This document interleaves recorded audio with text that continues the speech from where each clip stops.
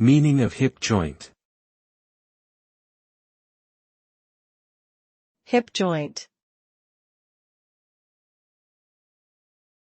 Hip joint. Hip joint. Hip joint.